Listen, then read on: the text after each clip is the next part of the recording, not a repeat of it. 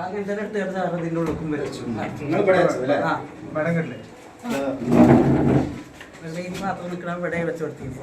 കൈ പഠിച്ചില്ല. പിന്നെ തിരിച്ചു പോകുമ്പോൾ നമ്മൾ അറിഞ്ഞാൽ മതി, വേറെ ആരോടും പറയാൻ പാടില്ല.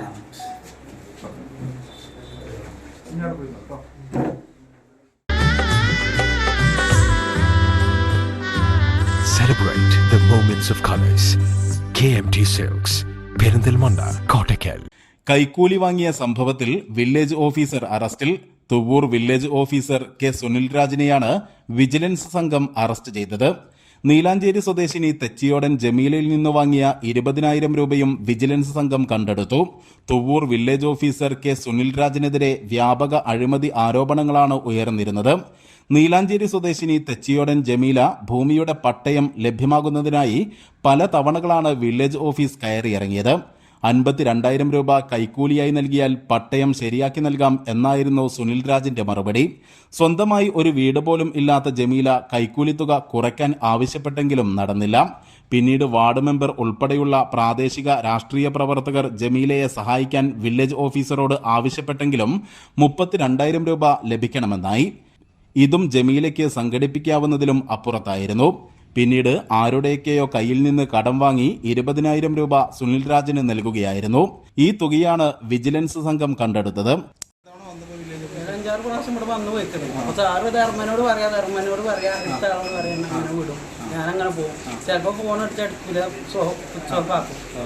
ചിലപ്പോൾ എടുത്തുകൊണ്ട് അറിയാൻ സ്ഥലത്തില്ല, ഞാൻ മീറ്റിങ്ങിലാണ് അറിയാം. അതിനെ പിന്നെ കിട്ടൂലാണ്ടപ്പോഴേ കുഞ്ഞു കാക്കാൻ അധികം ഇറക്കും. മുപ്പിലിറങ്ങിയപ്പോഴാണ് പിന്നെ അന്ന് ഞാൻ വീട്ടിലെത്തി ചോദിച്ചങ്ങൾക്ക് കൈയെത്തിയപ്പോൾ വിളിച്ചും ചെയ്തു.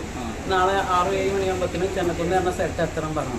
അപ്പോൾ അവിടെ എത്തി ഞാനും പെരും വണ്ടിയായിട്ട് ജീപ്പേറ്റ് വന്നു, ഓരും വന്നു. അപ്പോൾ അന്ന് ശരിയാക്കാൻ കഴിയില്ല. പിറ്റേന്ന് 2-ാം ദിവസം വന്നാണ്ടാണ് അന്ന് റെഡിയാക്കി പോകുന്നത്. എന്നിട്ട് 3-ാം ദിവസം വിളിച്ചു.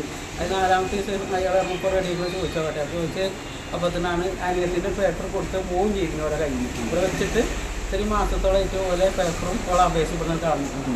അത് അയച്ചു വന്നുണ്ടാക്കി കഴിഞ്ഞ ബുധനാഴ്ച 12-ാം തീയതി ഇവിടെ പിന്നെയും വന്ന് കൊടുത്തു. അപ്പോഴാണ് കുഞ്ഞുവിന് ഇവിടെ നല്ല സ്റ്റാൻഡിൽ വെച്ച് 10,000 രൂപ കൊടുത്തത്.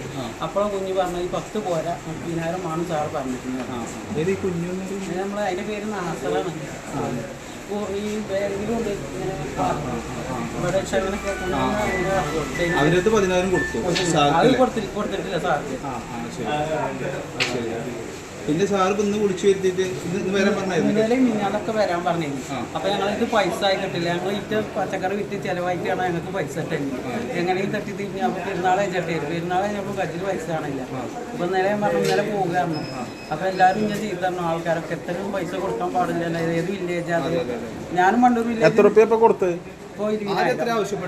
ആദ്യം ഇങ്ങോട്ട് ഫസ്റ്റ് ചോദിച്ചപ്പോൾ മുപ്പര് പറഞ്ഞു. ഞാൻ ചോദിച്ചു എത്രയാവും സാറേ ഇത് ജനലിൻ്റെ ഉൾപ്പെടെ ചോദിച്ചത്.